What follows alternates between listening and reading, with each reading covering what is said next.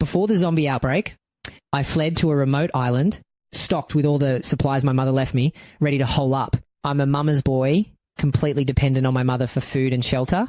Even if zombies run rampant, I have a mother who provides me a safe haven. Xiao Bao, buy what you need right now and go hide on our island. A cryptic phone call from my mother left both me and my best friend Xiao Yan stunned while we were shopping. I quickly turned down the volume and stepped aside. Mum, what did you say? There was a lot of noise on the other end of the line. My mother lowered her voice, sounding cautious and wary. Do you remember that virus I told you about? Of course I did.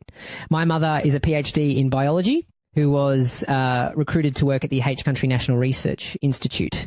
That's how I ended up following her to study in H Country. 6 months ago, she was suddenly disciplined by the institute and sent home on leave. After coming home, she acted paranoid and muttered to herself all day, and she spent all her savings along with my grandparents' inheritance to buy a massive villa on a private island from a wealthy businessman. At first, I thought she just wanted a place to clear her head, but she poured all her energy into that villa, determined to turn it into an impenetrable fortress. I visited during the holidays. She had even bought a yacht, and she taught me how to pilot it step by step. She patiently explained the island's location over and over, and exactly where to hide the yacht once I arrived. She said the institute had recently developed a new virus. Initially, they only tested it on monkeys and orangutans.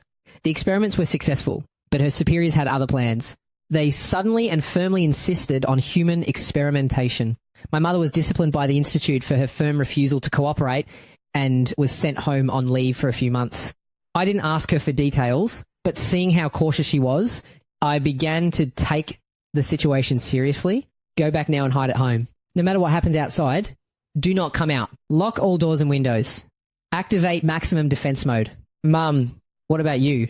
Having depended on her for years, I couldn't just think of myself, I'll join you in a few days. Remember, go right now. Don't delay. Don't even go back to school to ask for leave. Okay, I replied repeatedly. Do I need to bring anything else?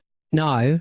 I've already prepared everything you'll need. Just take what you consider the most essential items, drive to the coast and leave the mainland by yacht. My mother was growing impatient with my nagging, yet she still cautioned me, emphasizing every word with concern. Okay, I'm going, Mum, you stay safe too. I know. My mother hung up the phone decisively, the noise on the other end, and her voice vanished simultaneously. I dared not delay and hurried towards Xiaoyan nearby. Bye, Ken. What's wrong with your mum? Xiaoyan waited for me, looking confused. Did something happen? I took a deep breath, trying to calm my racing heart, and gripped Xiaoyan's hand tightly. Xiaoyan, things are about to get chaotic. What do you mean chaotic? Xiaoyan looked puzzled. Why did she suddenly tell you to hide on an island? I glanced warily at the crowd in the mall and gritted my teeth. Xiaoyan, do you have any money? Xiaoyan was stunned. She instinctively reached for her bag, thinking I was joking with her. She shook her head repeatedly. No, Bacon. You know I don't have any money, don't you? Ignoring her confusion, I just told her to send me her bank account info. Xiaoyan was stunned. Why do you want it? I let out an urgent, low growl, which startled her. She finally realized that I wasn't joking. She hurriedly pulled a bank card from her bag and handed it to me. Asterisk. Ding. Asterisk. Xiao Yan's phone quickly buzzed with a notification. A transfer of 1 million. She looked at me in shock. Are you crazy? Where did all this money come from? It's my mum's. I have access to her card. Then why did you transfer it to me? Xiao Yan snatched the card back, intending to transfer the money back to me. I grabbed her hand and looked at her with a dead serious expression. Xiao Yan, something terrible is really about to happen. A virus has leaked from my mother's biological research institute. I'm heading to a private island for shelter right now. You need to buy essentials immediately. The more, the better. Xiao Yan was completely shell-shocked by my words. I didn't dare stay in the mall any longer. I grabbed her hand and headed for the parking lot. Xiao Yan, once you get home, don't tell your parents the whole truth. They might not believe you. Just tell them I need their help stocking up on these necessities and store everything at your place for now. I slammed on the gas while giving her final instructions. Got it? Xiao Yan nodded blankly. Is the virus leak really that serious? Yeah, my mum didn't go into details, but it's definitely a catastrophe. I nodded, blowing through several red lights in a row. I got Xiao Yan safely to the entrance of her neighborhood. Remember, have your parents help you gather supplies right away. Treat it like a pandemic far worse than COVID. Xiao Yan got out of the car and nodded, immediately scrambling to call her parents. I breathed a sigh of relief. The next step was to drive to the coast. Once I'm on the yacht, I'll be safe for the most part. Beidao, this watch is for you. Xiaoyan tossed the watch through the car window, giving me a gentle smile. Even if the world is ending, happy birthday to our Beidao. I watched blankly as Xiaoyan turned and ran back into the complex. The watch on the passenger seat lay there quietly. In that moment, a sudden sense of pathos surged within me. This farewell might be the last time we ever see each other. I didn't fully understand the viruses my mother was researching or what they were really like, but I knew that if the situation wasn't dire, she wouldn't have warned me with such gravity and urgency. The city I was in was quite a distance from where my mum moored the yacht, about 300 kilometres away. The fastest and safest way was to drive. The road was eerily quiet, so quiet it started to scare me. I worried my mum might just be playing a joke on me. But beneath that stillness, I felt a growing sense of dread. I couldn't understand why experiments meant for animals were suddenly being transitioned to human trials. Nor did I understand why, after being disciplined by the Institute, she was still willing to go back and continue her research. Once on the highway, I floored the accelerator. It took nearly 3 hours of driving to reach my destination. By then, darkness had already fallen. Only a few scattered lights flickered by the pier in the silent night. It was so quiet it was chilling. According to local regulations, once night falls, the road to the pier is blocked off. No entry or exit allowed. I couldn't be sure if there were any virus carriers in this area yet, so I didn't dare alert anyone. I quickly gathered my things and stuffed them into my bag. I put on the watch Xiaoyan gave me. Stepping out of the car, I crept cautiously toward the iron gate of the pier. Clenching the flashlight in my teeth, I prepared to scale the iron gate, but the moment my foot touched the gate, the dilapidated iron door groaned under the weight, letting out a sharp creak. At the same time, a chorus of barking erupted in the distance. This much noise was bound to attract unwanted attention. I no longer had the luxury of climbing the gate slowly. I scrambled back to the car. Stealing my resolve, I restarted the engine. After backing up, I floored the accelerator and charged at the iron gate. Bang! The first hit didn't break it, but the gate was already buckling. I reversed and gunned it again. Bang! The gate held after the second hit, but the front of the car was already crumpled. The barking was closing in. I shifted into reverse once more. A yellow Labrador lunged onto the rear window of my car. Terrified, I slammed it into gear and floored the gas. This time, the iron gate couldn't hold me back. Under the violent impact, it finally gave way and burst open. I could already hear the shouts of locals behind me. I drove straight to my yacht, grabbed my bag, and jumped out. I rushed to untie the mooring lines and fired up the yacht's engine. The dock guards were already sprinting toward me. I couldn't wait for the engine to warm up. I just slammed the ignition. I swung the yacht around and headed for the open sea. Naturally, the dogs were the first to catch up, led by a German Shepherd. Driven by some unknown courage, even with the yacht 5 or 6 meters offshore, it took a leap of faith and landed right on the deck. The other dogs didn't have the guts to lunge forward. They just stood on the shore, barking wildly at me. A German Shepherd's strength is no joke. I didn't dare underestimate it. Once I steadied the yacht's course, I grabbed the fire axe beside me. However, it didn't charge toward the bridge where I was. Instead, it kept barking incessantly at the passage below deck. Just as I was wondering why, the dim lights of the yacht revealed something. I saw a silhouette slowly emerging from the stairs of the lower deck. How could there be someone else hiding on my mother's yacht? Just as I was wondering why the dim lights of the yacht revealed something, I saw a silhouette slowly emerging from the stairs of the lower deck. How could there be someone else hiding on my mother's yacht? The German Shepherd's barks grew more frantic as it instinctively backed away. The skeletal figure slowly moved into the yacht's light. That's when I finally saw what kind of monster this was. Its sallow face was devoid of flesh, with shriveled skin, clinging tightly to the skull, making the cheekbones and forehead protrude. Flies were crawling around those deep, sunken eye sockets.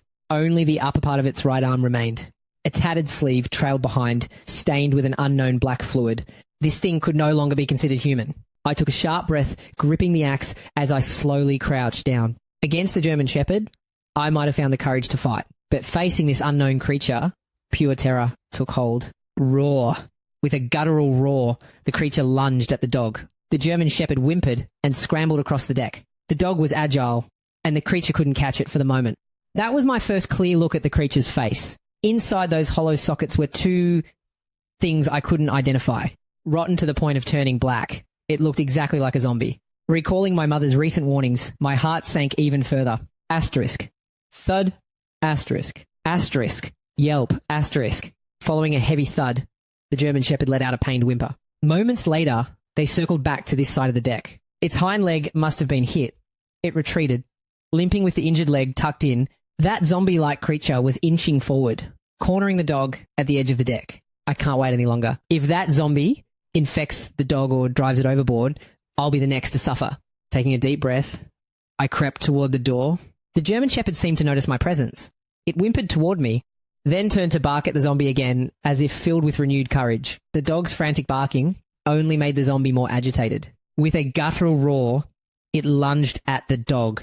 Seizing the moment, just as the zombie passed the door, I burst out, axe in hand. The glass in the door shattered instantly, shards flying everywhere. Some cut my face and arms, while others pelted my body. But I couldn't care about that now. I stared at the zombie. My axe had found its head, and it collapsed to the deck, still twitching. The dog stopped barking and limped to my side, growling low at the fallen creature. Watching the zombie still struggling to stand, terror gripped my heart. But I stepped forward anyway, aiming the axe at its head, and struck hard again and again.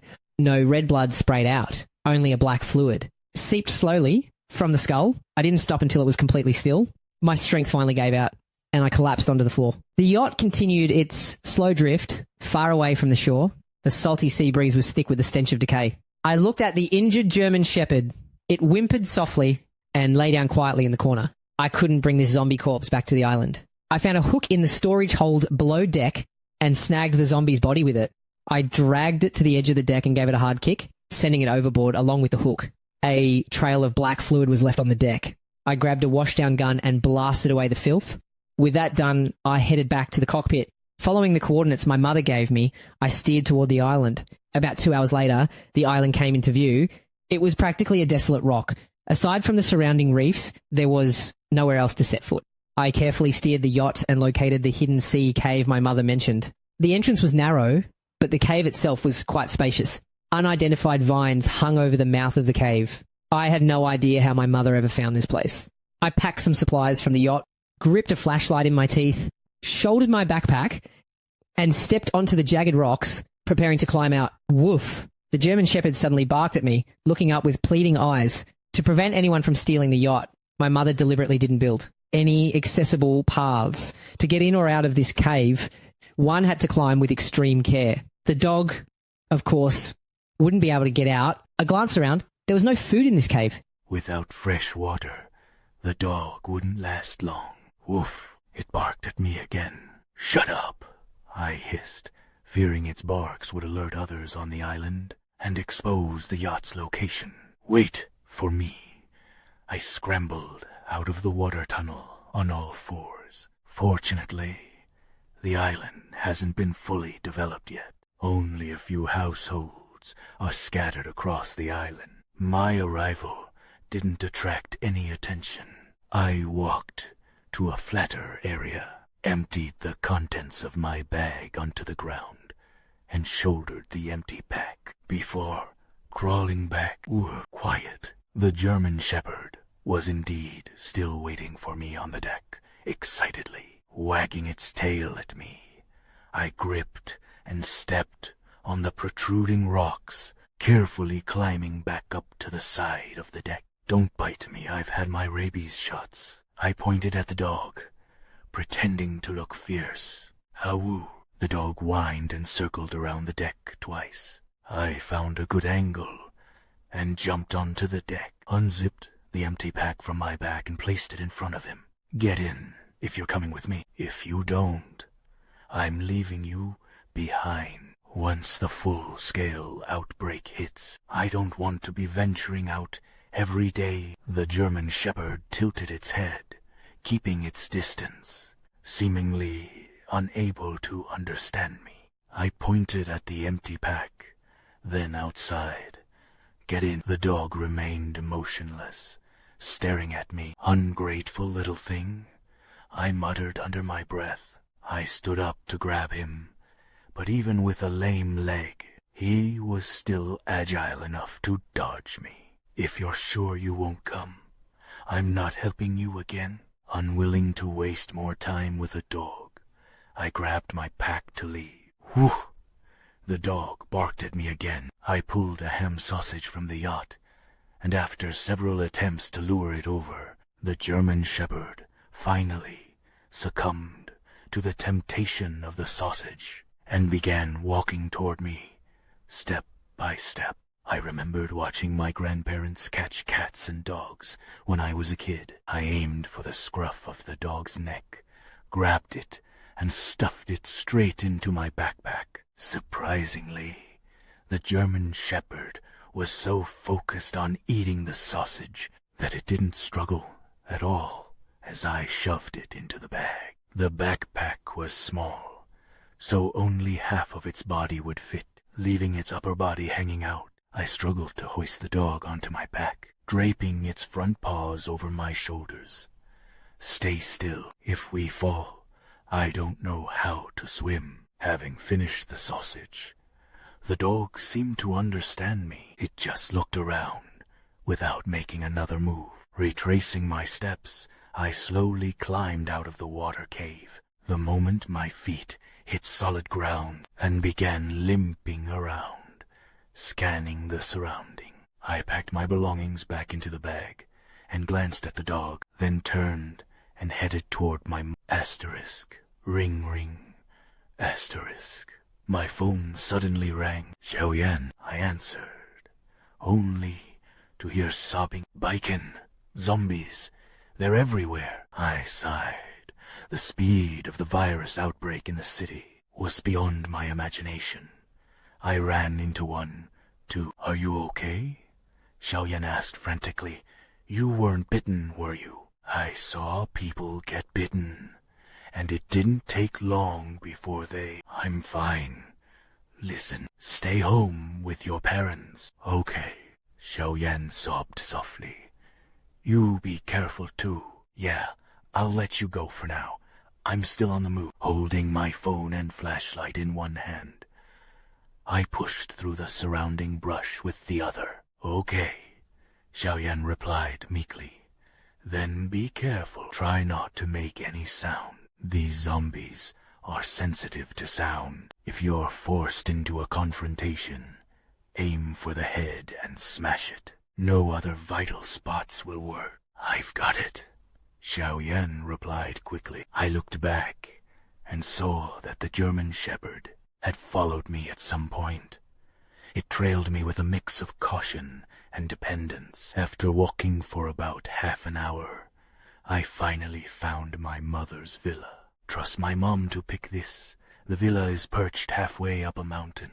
There are almost no clear paths leading up or down, which should effectively hinder both zombies and intruders. A high wall surrounds the villa. To pass through the wall, I first had to use the key that only Mom and I possess to open the gate. Entering the villa itself requires face recognition for either me. Just as I was about to close the perimeter gate, the German Shepherd stood a few meters away, gazing at me pleadingly. Its once high tail had now drooped. After hesitating for a moment, I led it into the courtyard. As a habitable island, it naturally has independent freshwater, but just in case, my mother had still installed a solar power array in the yard and on the roof. This way, even if the island's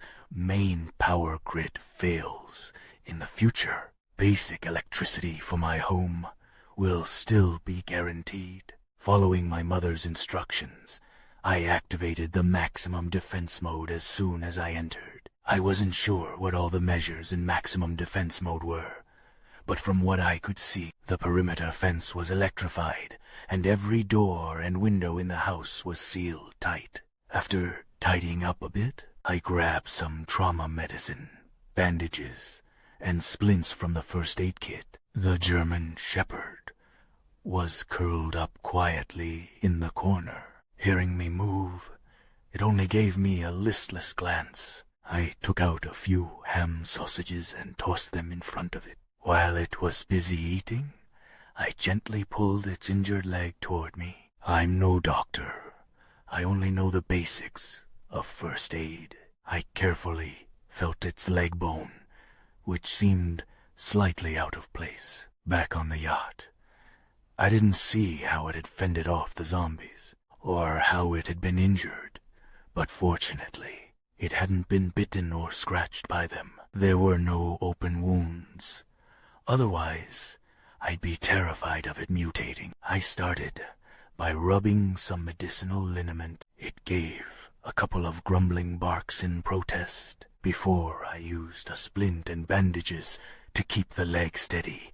I wasn't sure if the leg would fully heal. I then brought out a bowl of water and some chicken breast and set them down in front of it. When my mom built this villa, she probably never expected there to be a dog here, so there wasn't a trace of dog food to be found.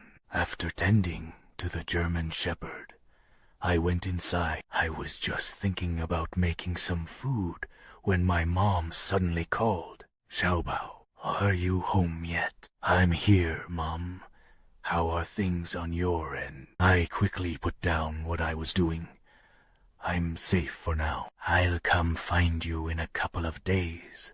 Stay put." "Okay, I understand," I said. The signal on her end was starting to fade. The heavy static made it impossible to hear her clearly. What did she say after that? She only vaguely mentioned something about a basement. Building a basement was actually my idea. I'd suggested it. I thought an extra level would be great for storing all our extra stuff, but it seems my mother had other plans. The basement entrance is cleverly concealed behind the massive wardrobe in my mother's room. After tidying up my room, I headed down to check out the basement. If the world wasn't ending, I'd swear my mother was planning to open a supermarket on this island. The entire basement, over 200 square meters, was packed to the ceiling with supplies. Food, water, gear, clothing, almost every essential for daily life was there. Knowing my mother, these supplies were only to be touched as a last resort. We shouldn't need them yet.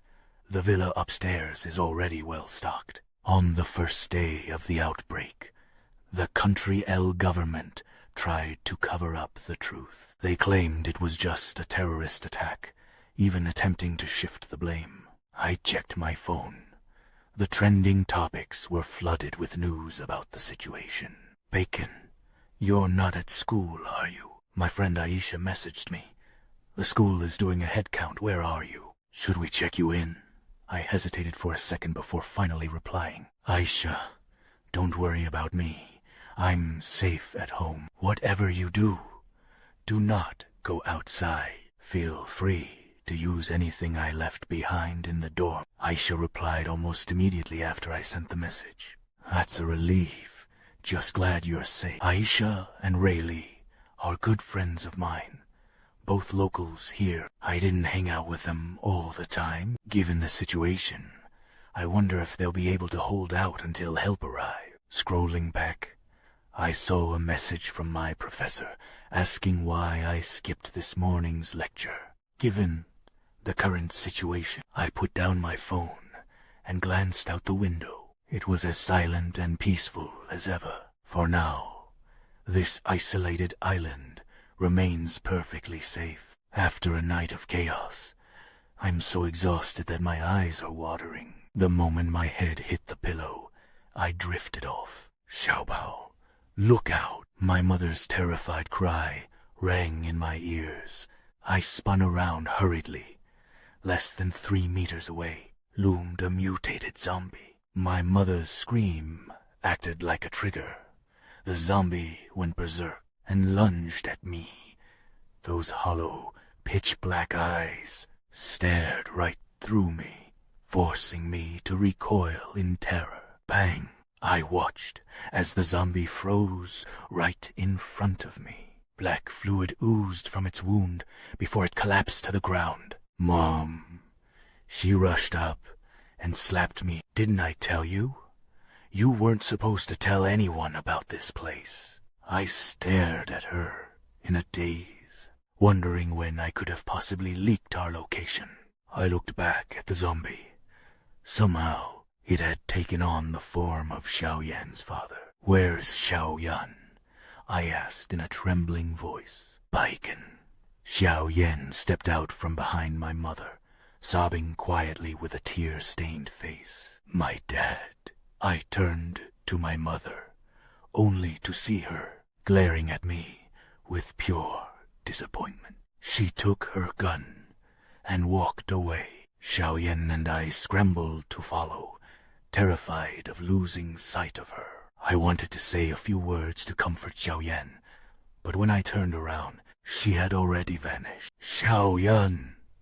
I cried out. Looking ahead, my mother was also about to disappear around the corner. "Mom!"